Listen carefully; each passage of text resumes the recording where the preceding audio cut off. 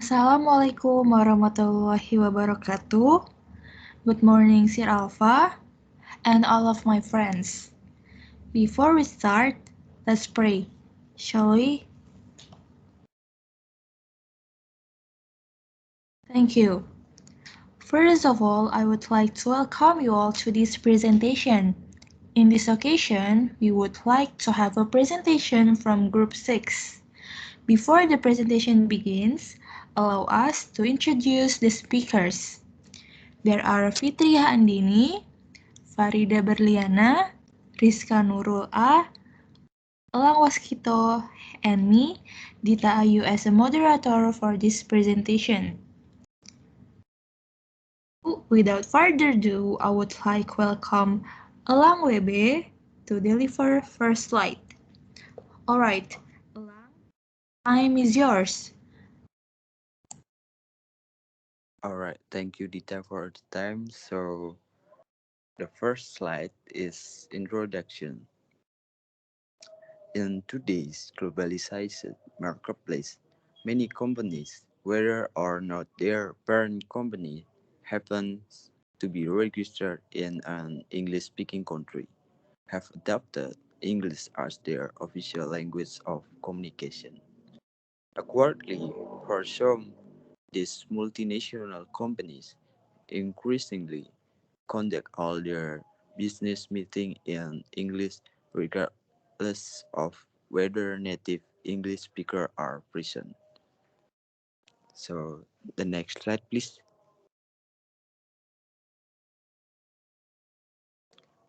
So the next slide is what is a international business meeting? International meetings are an area where difference in cultural values, ethical interpretation of professional conduct and corporate rules are at their most visible and challenging to control. In international business meeting, cultural difference between professional can and do class. Although it cannot always be avoided, the negative effect of cultural difference can be minimized with careful and effective planning, organization, and consideration prior to meeting. So that's all for me. Thank you. Okay, Elang, thank you for the explanation. And next slide will be delivered by Fitri. Fitri, time is yours. Okay, Dita, thank you for the time. The next slide is the challenge of the international business meeting. Cultural differences. Every country has its own specific culture or blend of culture. Culture consists of the holidays, art, tradition, food, and social norm, followed by a specific group of people. It is important and enriching to learn about the culture of countries where you'll be doing business. Different nationalities have very different expectations about what happened in the business meeting. For some, the meeting is more of an open discussion forum, which may well open up ideas and issues not taken into account in the agenda. For others, the meeting should have very strict agenda, which should be ordered to concert decision and action points should be agreed within the time allowed. The nationality of a parent company can have a great influence of the corporate behavior of the employees of the foreign subsidiary who might otherwise have very different expectations of a meeting. The employees of the French subsidiary of an American company are likely to conduct meetings in quite a different way to French employees of a French-owned company. For example, as well as nationality, industry type, and the corporate culture of individual companies can directly influence that Nature of business meeting. An IT company might feel quite comfortable about its employees being online or at least doing stuff on their computers with less. A meeting is in progress. A finance company might not feel the same way, however. The next slide, please. Particular difficulties of the international business meeting for non-native speaker participants. Verbal communication situations are much more challenging than writing emails or business letters because there is no time to check language. It needs to be reasonably accurate first time. Meetings usually have a very short time limit, which doesn't necessarily take into account the fact that, generally speaking, L2 speakers need a little more time to communicate their ideas or to understand that their colloquies.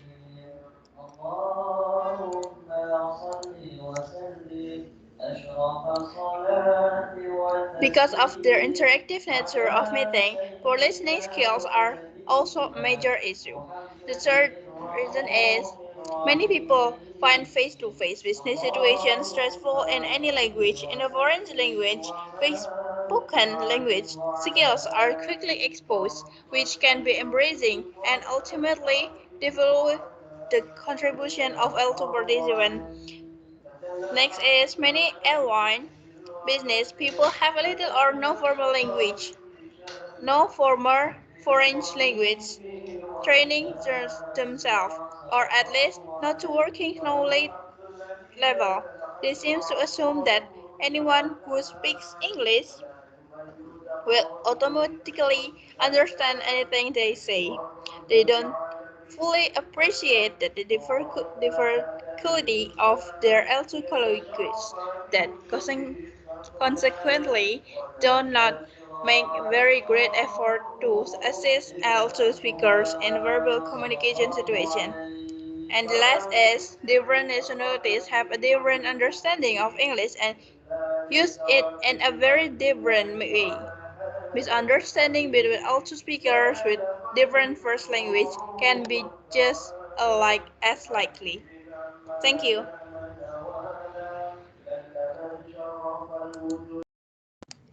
Okay, Fitriyah, thank you for the interesting presentation. So, next slide will be presented by Riska. Riska, time is yours. Okay, thank you, Dita. Okay, next slide. The topic is impact on international business. The first impact is time and money is wasted on less than effective international meeting. Jadi banyak membuang waktu dan uang untuk pertemuan nasional yang kurang efektif, terutama untuk orang yang harus melakukan perjalanan jarak jauh. Yang kedua yaitu participant waste further time trying to get information from colleague of the same nationality, yaitu peserta membuang banyak waktu untuk mendapatkan informasi melalui rekan-rekan yang berkebangsaan sama, yang mungkin mengalami kesulitan yang sama juga. Selanjutnya yaitu participant rely on more general written information. Selanjutnya, certain degree of mistrust and ill will can develop between colleagues. Rasa ketidakpercayaan dan niat buruk antar rekan itu akan membuat masalah kedepannya semakin banyak. Yang selanjutnya yaitu ada colleague avoid communicating with each other. Rekan saling menghindari untuk berkomunikasi sehingga dapat menyebabkan kesulitan teknis. Yang terakhir yaitu impact yang terakhir yaitu misunderstanding led to costly future mistake which have to be rectified. Kesalahpahaman dapat menyebabkan kesalahan di masa depan yang lebih berat. Next slide. Oke. Next slide yaitu ada beberapa tips untuk mensukseskan international meeting. Yang pertama yaitu allow extra time for the meeting to accommodate language difficult. Memberikan waktu tambahan apabila ada masalah kesulitan bahasa. Yang kedua yaitu state he meeting objective very clearly and explain the rules and procedure for this meeting. Menyatakan aturan dan tujuan rapat yang jelas. Jangan sampai anggota atau pimpinan itu tidak mengetahui aturan dan tujuan rapat tersebut. Yang selanjutnya ada encourage participant with a weaker level of English to make a contribution to the meeting. Membantu peserta dengan tingkat bahasa yang lebih rendah untuk memberikan kontribusi dalam rapat tersebut. Yang selanjutnya yaitu ask everyone to check meaning if they don't understand a point. Meminta setiap orang untuk memeriksa poin mana yang mereka belum paham dan dijelaskan. Terus yang terakhir yaitu summarize each point carefully, membuat ringkasan setiap topik pembahasan dengan jelas dan rinci. Itu saja yang dapat saya sampaikan. Saya kembalikan ke Dita. Thank you, Dita. Okay, thank you, Riska, for the explanation. And next slide will be presented by Faridha. Faridha, time is yours. Okay, thank you, Dita. So the topic is what participants should do during a meeting. The first one is pay attention, and second, speak slowly and clearly so that the teammates who are listening can understand what is being explained. Third, check and clarify anything they don't understand or didn't hear correctly. Fourth, be ready to repeat points that other participants don't understand. Fifth, be prepared to summarize any point they are asked about in your own words. Next slide, please.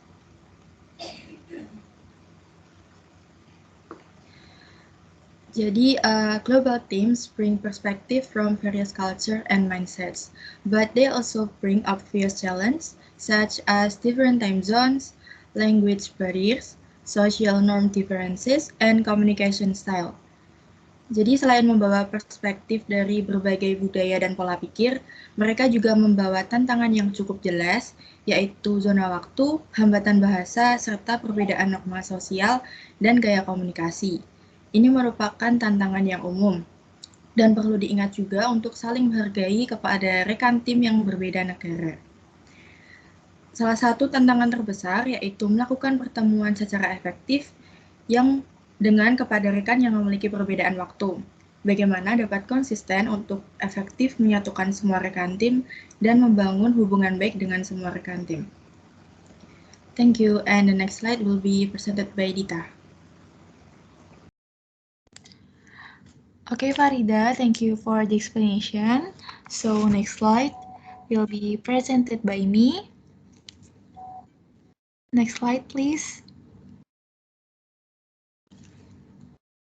Okay, so 5 ways you can run more effective international meetings. The first one is consider each team's time zone. Since each team is in a different country, we have to consider when is the right time for a meeting. For example, in Singapore, they like to meeting in the afternoon, but in Ireland, they like to meeting earlier in the day.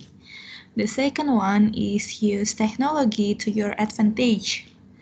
The challenge of remote teams is that teams have different time zones which can delay productivity, so you have to be good at utilizing technology that helps work. Application example: instant messaging software has Skype, WhatsApp, Line, Telegram, and others. Video conferencing software has Zoom, Microsoft Teams, Google Duo, and others. Smart conferencing camera has a meeting owl, which is like a video call that uses a camera. Shared document has Google Drive and Dropbox. Project management software there is Trello or Basecamp to save, add, modify all the projects that are done. Calendar has Google Calendar to see if there are special events, national holidays, and more. The third one is build your cultural competence. The first step to developing cultural competence is awareness. A leader must understand how to understand other teammates, what their culture, background, views on vacation time, remote work, and professional communication are like. This information can be obtained by reading books written according to the same culture by teammates. Or if you have the time, it could be to travel to each teammate's location to learn about their way of life. The fourth one is do team bonding activities. Because teams are spread all over the world and definitely need a team bond to work well together. Here is an effective way to bond. Set up virtual coffee chat with team members from each office. This coffee chat is like casual chat while drinking coffee. It can talk about daily life or things that are being experienced by the team. And then using a messaging platform, communicating casually on a daily basis can add to the bond between teams. And ask each office to choose where they can share their culture with other team members, like order a typical country lunch during breakfast, lunch, or dinner. And select office representatives to briefly present their culture on a given day. And organize virtual vacations on vacation days. The last one is ask your team what their preferences are. Because working with a global team means that you will receive many different opinions and values.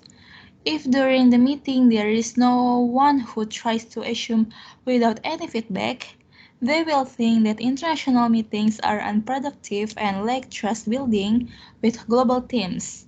So, what needs to be done is send anonymous surveys, can use Google Forms with some questions like what is yours? What is your preferred communication style? Or are there any holidays or local events to be aware of and add to the team calendar? Or what software program do you use? Etc. Build a global team that can actually collaborate with each other. Okay, to conclusion will be presented by Faridha. Faridha, time is yours.